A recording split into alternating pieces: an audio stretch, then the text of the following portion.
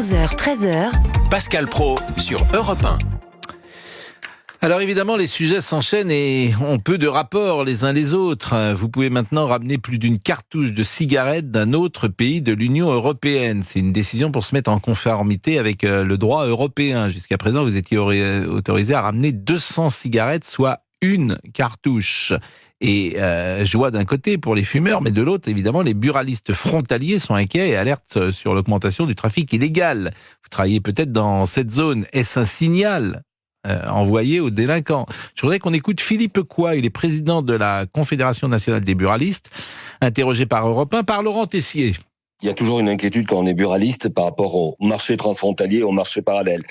Ce nouveau décret ne fait plus référence à une quantité, mais bien évidemment à une destination, une commercialité pour sanctionner toujours, parce que je tiens à rappeler que c'est pas open bar, un particulier peut pas ramener des quantités astronomiques. Il y a toujours, et c'est ce à quoi nous avons veillé, que la douane puisse continuer à opérer des contrôles, parce que bien évidemment, les écarts de prix sont le premier vecteur des achats transfrontaliers. Et c'est bien pour ça que je demande instamment un moratoire sur les prix en France, parce que ce marché parallèle a été créé par les écarts de prix. Je le vois bien en frontière et on le voit bien maintenant sur tout le territoire, que ce soit de la contrebande ou de la contrefaçon. Autre témoignage, Loïc Josserand, il est président de l'Alliance contre le tabac. Il était interrogé pour Europe 1 par Laurent Tessier, toujours. C'est toujours dommageable que l'on puisse se fournir à des prix inférieurs à ceux qu'on va trouver en France, ça c'est évident. Mais après, il faut également remettre cette vente transfrontalière au niveau qui est le sien. C'est-à-dire qu'aujourd'hui, en France, la vente transfrontalière, et depuis maintenant plus d'une dizaine d'années, c'est à peine 15% de la consommation française, contrairement à ce qu'on entend dire partout. Donc ça reste une consommation qui est limitée, et cela au-delà même et malgré les augmentations de prix en France. Donc dire que il ne faut plus augmenter les prix, c'est une erreur. Que ça va faire augmenter ce commerce transfrontalier, c'est une erreur volontaire de la part des buralistes. Alors jusqu'à présent, donc on pouvait ramener une cartouche. Maintenant, alors on peut en ramener autant qu'on veut, si j'ai bien compris. On va poser la question à Thierry, qui est buraliste à Lourdes. Bonjour Thierry. Oui, bonjour. Et évidemment, vous êtes proche de la frontière. Expliquez-nous ce décret qui renforce les critères permettant aux douaniers d'évaluer si la personne transportant des cigarettes les a achetées pour ses besoins propres. Si je veux revenir avec 10 cartouches, j'ai le droit d'Espagne ? Non. Ben, non, c'est-à-dire que là, maintenant, le choix est laissé aux douaniers d'apprécier si c'est une consommation personnelle ou si c'est un but commercial. Il est clair qu'en frontière, on avait déjà l'impact du prix, ça on va pas revenir dessus, mais c'est vrai que si on ne détermine pas de règles et qu'on laisse au douanier fixer la règle lui-même, il faut qu'il y ait un contrôle. Mais le problème, c'est qu'aujourd'hui, sur le terrain, il n'y a pas assez de douaniers pour contrôler cela. Il y a 4 cartouches a priori, le niveau à partir duquel les douanes peuvent considérer qu'il ne s'agit pas d'une consommation personnelle est fixé par la réglementation européenne à 800 cigarettes, c'est-à-dire 4 cartouches, 400 cigarios et 200 cigares. Si vous arrivez avec 200 cigares et 1 kilo de tabac à fumer, là, effectivement, vous avez 200 cigares, ça fait pas mal. Bon. Il est clair. Et évidemment, ça vous met, vous qui êtes buraliste, parce que vous vendez le paquet aujourd'hui de blondes. On va prendre le paquet, alors je vais citer Marlboro ou Peter Stuyvesant. Ça existe toujours, Peter Stuyvesant ? Oui, ça existe toujours. Bon, c'est Marlboro, tout ça, c'est combien le paquet de Marlboro ? Alors aujourd'hui, on est en moyenne à 12 € le paquet. Ah oui. Marlboro est à 12 €. Ça a augmenté, oui. Mais moi, je l'ai connu à 5 francs 50. 5 francs, 10 francs. Mais il y a combien de temps ? Voilà. Il y a tellement longtemps. 12 €, donc 12 €, ça fait 6 x 2, ça fait 72 francs. Ouais. Voilà. 72 francs le paquet de Marlboro. Vous raisonnez toujours en francs ? Non, mais ça fait combien ? Ça fait 4 € la cigarette ? 4 francs la cigarette ? 4 francs la cigarette. Non mais vous vous rendez compte ? Non mais ça c'est sidérant on parle de 1974 tout à l'heure. Tiens, regardez le paquet de Marlboro en 1974 quand le président Pompidou est mort. Bon mais ça alors donc ça c'est dans votre bureau de tabac et en Espagne il vaut combien le paquet de cigarettes ? Thierry? 1,50 €, 4,50 €. 4,50 €, c'est la c'est-à-dire moitié. pas la moitié. Plus que la moitié. Bah oui, 4,50 €, 12 Oui, euros. plus que la moitié. Plus que la moitié. Beaucoup plus. Ça va vous? Oui. Mais Très bien. Mais c'est Mais plus que la moitié. pourquoi? Parce que nous, on est, c'est des taxes. La différence, c'est des taxes. Mais oui, il y a 80% de taxes pour l'État. Donc le problème, c'est que bien sûr, c'est pas l'État. L'État fixe le montant de la taxe, mais le cigarettier, lui, fixe le prix. Parce que bien sûr, il y a de la contrebande qui se fait, il y a des usines clandestines qui se font. Il est clair que eux perdent des parts de marché. On le conçoit, mais c'est pas en mettant le paquet à 12 balles, 15 balles que on va relancer les ventes dans nos commerces de proximité. L'État veut qu'on ait des commerces de proximité, mais d'un autre côté, il nous scie un peu la branche avec notre article de vente principal. Alors, le paquet de Marlboro, je l'ai cité, mais je cite évidemment Peter Stuyvesant et puis Camel. Je ne sais pas si ces marques existent toujours. C'était 3,20 € en 2000, 5 € en 2004, 6 € en 2011, 7 € en 2014. Et on est à 10 € en 2020 et maintenant, vous m'avez dit, donc on est à 12 €. L'État se sucre, les amis. Et en 1990, le paquet le plus vendu en France, qui était le paquet de Marlboro, qui était déjà le plus vendu, 1,50 €, simplement en 1990. Donc il y a 34 ans. Il y avait les petits paquets de 10 aussi. 10 francs. 10 francs, ça coûtait. Dans les années 60, je vois 1 franc 30. C'est ça? Non? Bah écoutez, moi voilà, on a tous fumé plus ou moins. On vend toujours des gitanes, des gauloises. Tous ces cigarettes sont toujours vendues. Ça se vend toujours, mais bon, après, on n'a plus trop la clientèle pour du tabac brun. Ah oui, il y a que des blondes. Quel est le paquet qui se vend le plus dans votre bureau de tabac aujourd'hui? Aujourd'hui, on est sur les paquets de Marlboro, de Winston, de Camel. Des marques classiques. Alors bien sûr, il y a des Est-ce que Denil, ça existe toujours? Oui, Denil Inter. Et JPS, c'était très chic, JPS dans le paquet noir. Est-ce que ça existe encore, tout ça? Toujours. Et quel est le paquet de blondes qui est le plus cher, Thierry? Le paquet de blondes le plus cher, Marlboro, 12,50 €. Ah, c'est plus cher que même les Denil ou Oui. Et les mentholés, ça se vend? Non, les mentholés, il y a eu une décision de l'Europe, donc ça se vend plus non plus. Ah, on n'a plus le droit de les vendre, les mentholés? Non. Ah bon? Il n'y a plus de mentholés. Mais pourquoi? C'était nocif? C'est une décision de l'Europe qui ne... Voilà, ils ont décidé que... pour inciter moins les jeunes à fumer, je pense, vu qu'il y avait un goût... Avant, il y avait pêche, souvenez-vous. Pour éviter l'addiction. Je ne savais pas cette affaire. Et alors, il y a des fines... Aujourd'hui, il y a des cigarettes extrêmement fines, je crois. Comment ça s'appelle? Les Vogue. Ah oui, parce que... Les Vogue, oui, c'est ça. Voilà, notre amie Géraldine est plutôt fumeuse. Non, non. Ah si, depuis ce matin... Depuis ce matin, vous en avez fumé 3-4. Non. Dans les toilettes, on vous a vu. Dans le studio, moi je trouve ça limite. Exactement. Dans les radios, ils fumaient. Hier, on était avec la petite Thelma, l'enfant de Thomas Hill. Et j'étais gêné que vous fumiez devant lui. Qu'est-ce que vous racontez? Le mauvais exemple qu'on donne, franchement. Et Thierry, vous vendez... vous êtes uniquement cigarette ou il y a cigare également dans votre bureau? Non, il y a cigarette, cigare, il y a du vapotage, il y a toute la gamme. Et ça fait combien de temps que vous êtes buraliste? Buraliste à Lourdes depuis 11 ans aujourd'hui.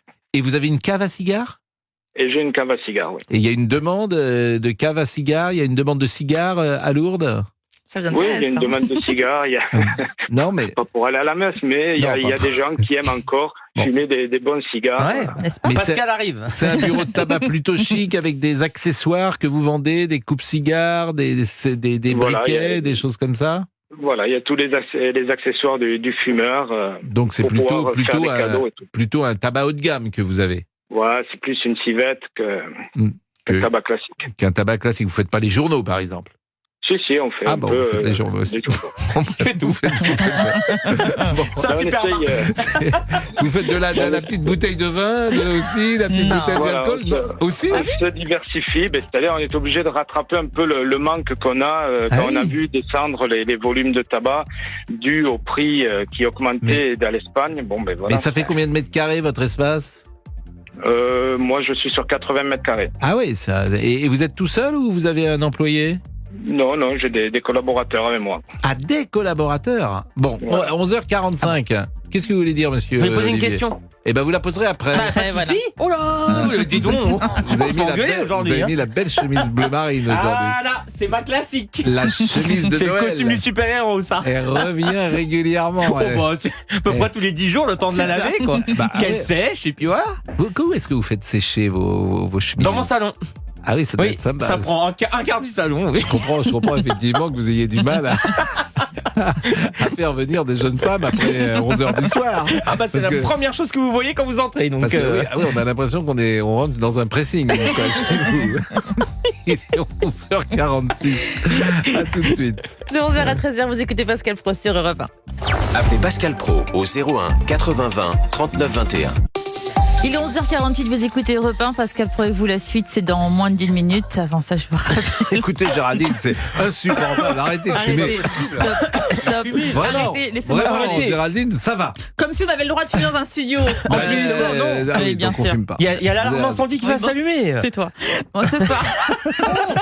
Rendez-vous. Je précise que c'est du second degré. Mais oui. Parce que vous Mais nous dire oui. les choses Voilà, aujourd'hui. c'est Je ça. précise que Géraldine ne fume pas Non. en studio. Non, je ne fume jamais. Elle attend de sortir. Je peux parler de la libre antenne d'Olivier Delacroix de ce soir à Oui. 22h, juste après le journal. Faudrait qu'il vienne Vous avez- d'ailleurs, j'ai Oui, dit bien Olivier sûr. Delacroix. Ça fait plusieurs fois que je le dis. Il finit Hein tard aussi. Hein. Oui, il se couche finit à 12 heures tard, du mais ça serait matin, bien qu'il vienne avant la fin de l'année. Parce qu'en fait, ça serait bien qu'on ait tous les animateurs de la chaîne. Ah oui, c'est pas mal. Très ça. bonne idée. On a eu Thomas Hill, Anissa Dadi. on a eu Anissa Oui. et on a eu notre ami Christophe Ondelat. Christophe Ondelat, on a Stéphane eu Stéphane Bern. Bern régulièrement. Et donc, ça serait bien. Dimitri Pavlenko. Aussi. Oui, et ça serait bien que nous ayons Monsieur Delacroix. La famille Europe 1, exactement. Olivier Delacroix que vous retrouvez ce soir dès 22h pour la libre antenne. Vous voulez vous confier et témoigner. Allez-y, vous composez le 01 80 20 39 21 Il y a quelqu'un ce qu'on n'a soir. pas eu. 01 80 20 39. Arrêtez, Et on a 21. Sophie Davant n'est jamais venue encore dans notre bah, émission. non, pas Il y a encore. juste son chien qui nous a rendu visite. Oh non, ne relancez pas le chien. Non. Bon. J'espère que vous avez compris que ce soir, vous avez rendez-vous avec la libre antenne d'Olivier Delacroix après le journal de 22h. À tout de suite sur Europe 1. Et puis j'en profite pour dire que Serge Gainsbourg était né un 2 avril 1928. Et nous sommes le 2 avril. Oui, mais ce matin, je crois que c'était la partition dans le la Nord. partition La partition d'Omblin. d'Omblin, Est-ce que nous sommes avec Vincent? Vincent qui, lui, est consommateur. Bonjour Vincent. Bonjour Pascal. Et merci d'être avec nous. Vous fumez beaucoup? Je suis un gros fumeur, on peut dire ça, oui. C'est quoi un gros fumeur? Les bons jours, quand je fume pas trop, c'est 2 paquets de 25. Ah oui, oui, c'est 50 cigarettes par jour? Ouais, Oh, c'est beaucoup. Mais vous commencez à quelle heure? dès le réveil. Ah oui, effectivement. Mais comment on peut fumer 50 cigarettes dans une journée? En faisant énormément de routes, je suis technico-commercial. Un peu de Mais stress aussi. Je parcours toute la France de façon hebdomadaire, 3 à 4 000 km semaine. Mais c'est un cendrier, votre voiture? Non, je le vide régulièrement. Oui. Quel âge vous avez? J'ai 53 ans, Et vous fumez depuis l'âge de... 14 ans, Sans discontinuer? sans discontinuer. Et vous faites des examens de temps en temps? Rarement, ça m'arrive, mais rarement. Et vous avez tenté parfois d'arrêter? J'ai tout essayé, Pascal. Bah écoutez, vous pouvez tenter Brigitte Millot. Moi, je vous donne une adresse, Brigitte Millot, qui est notre médecin à CNews. Je veux bien faire un peu de publicité pour elle, puisque c'est sa spécialité. Alors, elle n'en parle jamais à l'antenne pour des raisons évidentes, de non-mélange des genres. Mais elle, c'est... d'ailleurs, on pourrait l'appeler, ça serait très intéressant, Brigitte Millot. Elle doit être en consultation en ce moment, mais c'est sa spécialité, précisément, d'arrêter, de faire arrêter ceux qui J'avais fument. consulté un Pascal en addictologie, on avait prescrit Et l'hypnose. une multitude de solutions. L'hypnose, l'acupuncture, les patchs, les gommes. Il y a même eu un plan de 5 jours qu'à une époque faisait la sécurité sociale, qui était basé sur le régime alimentaire et l'abstinence de tabac. Rien n'y a fait. Bon, mais ça vous coûte de l'argent quand même, c'est 30 € par jour. C'est plus que ça, même parce qu'on est 2 fumeurs à la maison. Moi, mon budget mensuel au sein du foyer, on est entre 900 et 1100 €. Ah oui, Non, c'est vous avez beaucoup, intérêt hein. à bien gagner votre vie quand même, si vous gagnez bien votre vie en tant que technico-commercial. Oui, je gagne ma vie correctement. Mais 1000 € de cigarettes par mois? 12 000 C'est € sûr. par an. C'est C'est ça. un beau voyage. Hein. Oui, 120 000 Eh € oui. en 10 ans. Non, sérieux. Vous savez, on le dit tout le temps, mais ceux qui fument pas, je les vois rarement partir en voyage aussi. Ils sont tellement taxés de partout. Oui, non, bien sûr. Et votre épouse, remarquez, elle a intérêt à fumer, votre épouse, je sais pas si elle s'y est mise. Au départ, elle fumait pas, mais elle s'y est mise. Si, elle fume. Elle fume un paquet par jour de son côté. Et vous avez des enfants? Oui. Ils ont quel âge? 2 enfants. J'ai une fille de 24 ans et un garçon de 14 ans. Et ils fument? Non. Enfin, si, ma fille, occasionnellement.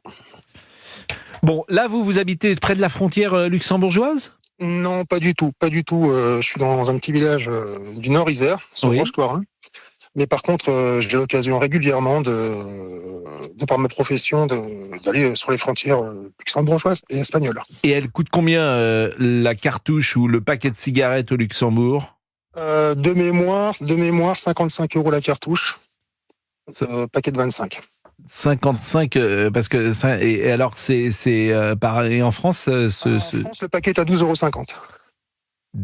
Et dans une cartouche, il y a combien? Il y a 10. Vous avez Donc ça serait vous avez du 10 fois 25, 120, 250 cigarettes. Voilà, donc on est d'un côté, si je comprends bien, à 125 € ou 130 €, et de l'autre côté, on est à 55 €, c'est ça? C'est 2 fois moins cher? C'est ça. Ouais. Vous Donc divisez, là, plus que par 2. Donc là, et vous en ramenez à chaque fois que vous y allez, j'imagine. Bien sûr. Mais bien sûr. vous trichiez un peu, parce que vous avez le droit qu'à une cartouche, et j'imagine évidemment, que vous en avez... Évidemment. Ouais. Évidemment, on en parlait encore ce matin avec mon épouse. Ouais. Quand on a commencé à fumer, nous, les paquets de cigarettes étaient à 6 francs 10. 6 francs 10 pour la même quantité, le même produit. Ce ne sont pas les marchands de tabac qui se les mettent dans les fouilles, il y a des augmentations. Nous sommes d'accord, mais dans les 900 €, c'est de l'argent que vous dépensez en France, ou dans les 900 €, c'est de l'argent que vous payez à l'étranger? En France.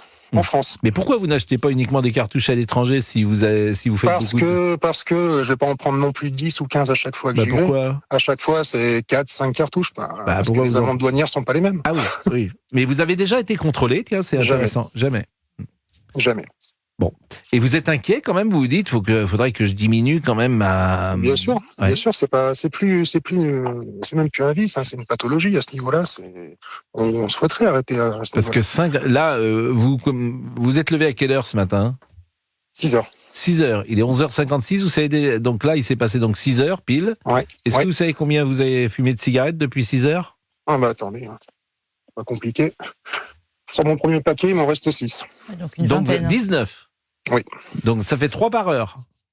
À peu près, oui. Donc ça fait